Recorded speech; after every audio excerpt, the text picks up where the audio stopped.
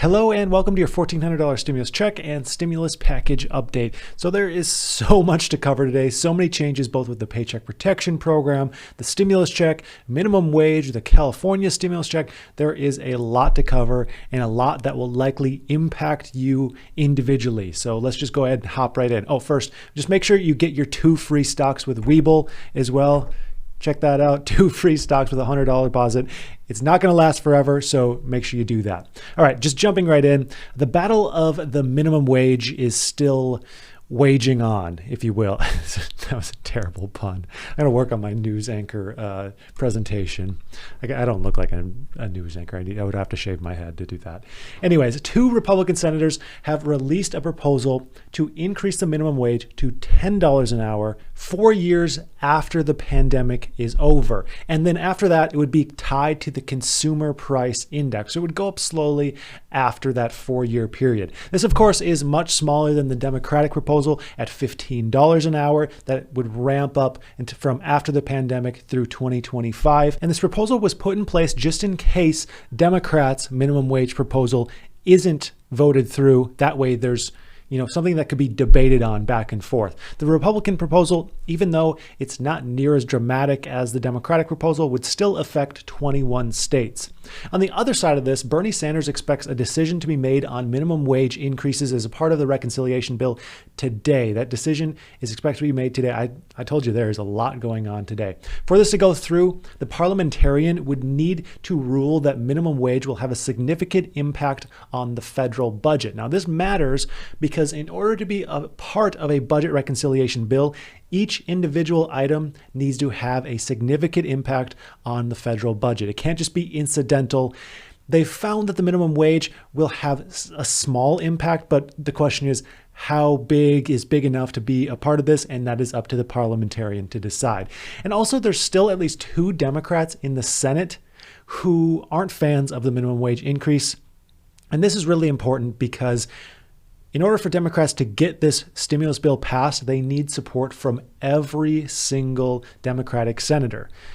So that adds to the confliction here. Now, I'm not sure if even though they don't like it, they will vote against the bill, because I know that there's been a lot of pressure on those 2 Democratic senators, both to them directly and to their constituents. There's been a lot of hey, let me show up in the news in Arizona and, appeal to the voters of Arizona to make sure that they pressure their representative to vote yay on the stimulus bill. So I'm not sure if it's going to be an issue, but they have said very recently they're still not big fans of the $15 an hour minimum wage increase.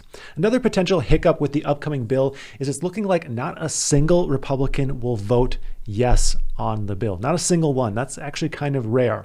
Republican Senator Susan Collins, who is one of the swing voters here, she's a Republican, but sometimes she votes for a Democratic bill. She says she doesn't see a single vote from her Republican colleagues here.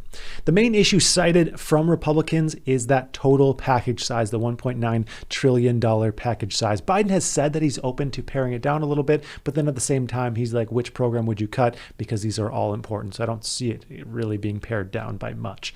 Chuck Schumer has also come out to say that after the stimulus bill is passed, we can expect the infrastructure bill to be passed, quote, very soon afterwards. Now, very soon in the context of legislative bills probably means like a month or 2, but the bill is looking to be $5 to $6 trillion in size, which would make it more than double the largest bill of all time if that were to pass. And that would include work on roads and bridges and promoting jobs and clean energy and all sorts of infrastructure type related things. Minority Leader Mitch McConnell has warned that he expects tax hikes included in that bill if it were to get passed. And he's saying expect a tax rate of 28% for corporations. Just for some context here, it's currently at 21%. So just something for consideration, but we don't actually have the bill to look at yet. He just says this is something to at least look out for. We're also expecting much more paycheck protection guidance at some point today. If you weren't already aware, there were some major changes made to the Paycheck Protection Program. The 2 main changes First being the calculation of your PPP loan. This is the most significant change.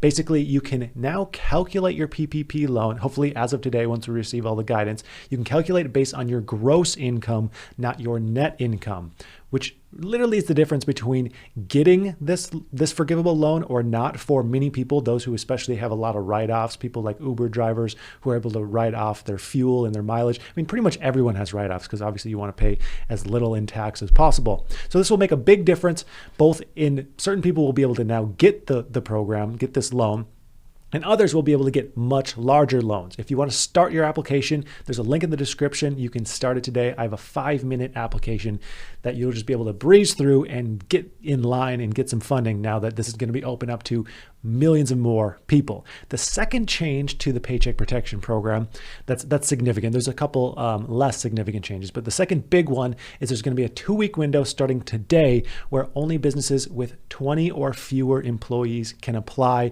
and receive funding during that period. So there's a focus on the smallest businesses during that period. And just so you don't feel like you're out of the loop or you're missing out or you just don't know the answers and everyone else knows the answers, let's cover a few questions that we're hoping to get guidance on today. And then once we know, I will report back. So also make sure you're subscribed and have that notification bell on. So that way you know all this information once I know. So first question.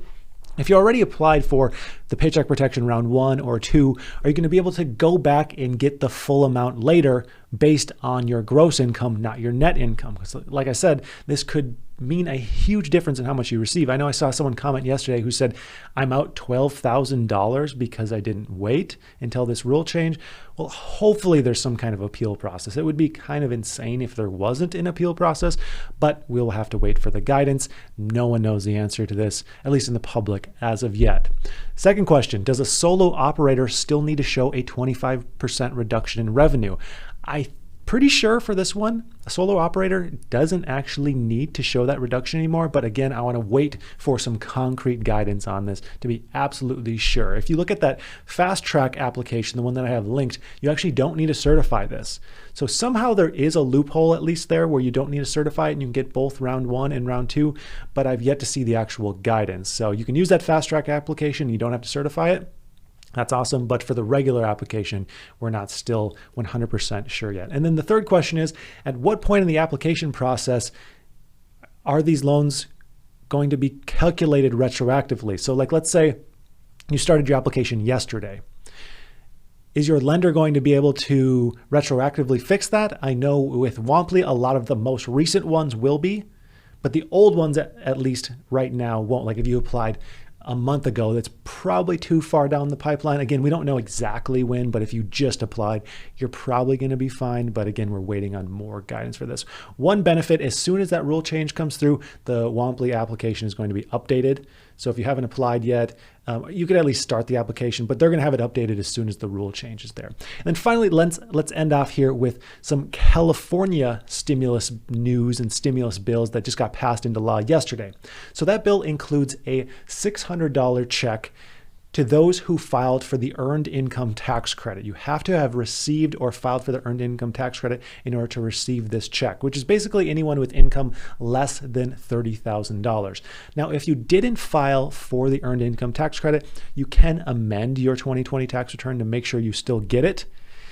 One point to note here is you won't actually receive the $600 stimulus check until like 45 to 60 days after you receive your tax return. So there's still kind of a while before you'll receive it, but you can still amend your return if your income is below that level.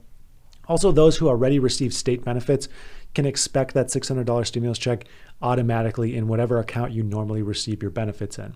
Then we have an additional $600 payment that was voted in that you're eligible for if you have an ITIN number and your income, your adjusted gross income, is lower than $75,000 per year. If you hit both of those criteria, you can actually get the $1,200 check. And then on top of this, there are some small business programs as a part of the California bill. We have $2 billion in grants to businesses who have revenue between $1,000 and $2.5 million per year. We don't know exactly how big the grants are, but there's a $2 billion grant program. The bill is also going to allow businesses to deduct grant money spent on business expenses from state income taxes.